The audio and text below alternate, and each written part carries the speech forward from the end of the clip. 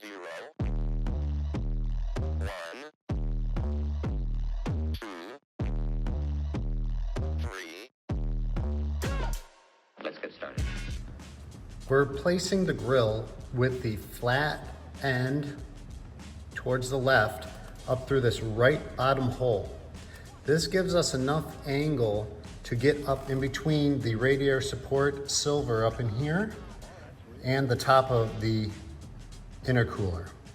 And we're able to get it up in there and wiggle it around until we're able to walk it on an angle like this, and then we're able to finish pushing it in. We'll do that same process for the second piece, and then we'll bring them to the center.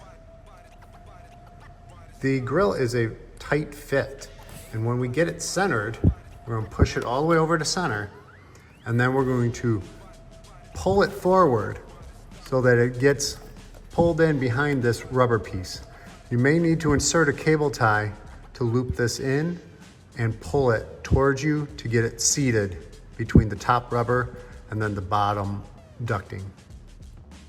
And here comes the second piece. We will mimic what we just did there for the first piece. While the two pieces are still loose and you can get your hand behind here, insert the cable ties, loop them around, and we like to get them way up under here, and we'll take the receiving end and we'll rotate that towards the back so we can hide it, and then we'll just clip off the ends. Here you can see we've looped the cable tie.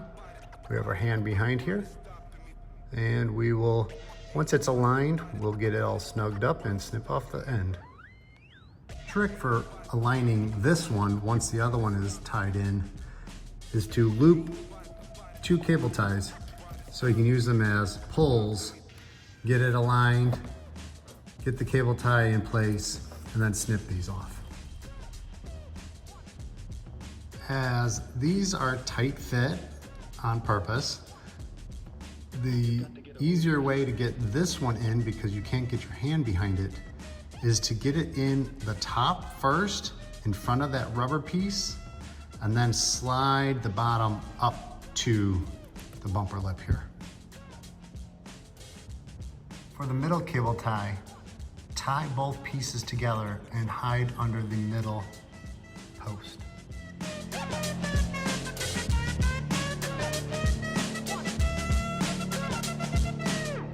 Ain't nobody stopping me.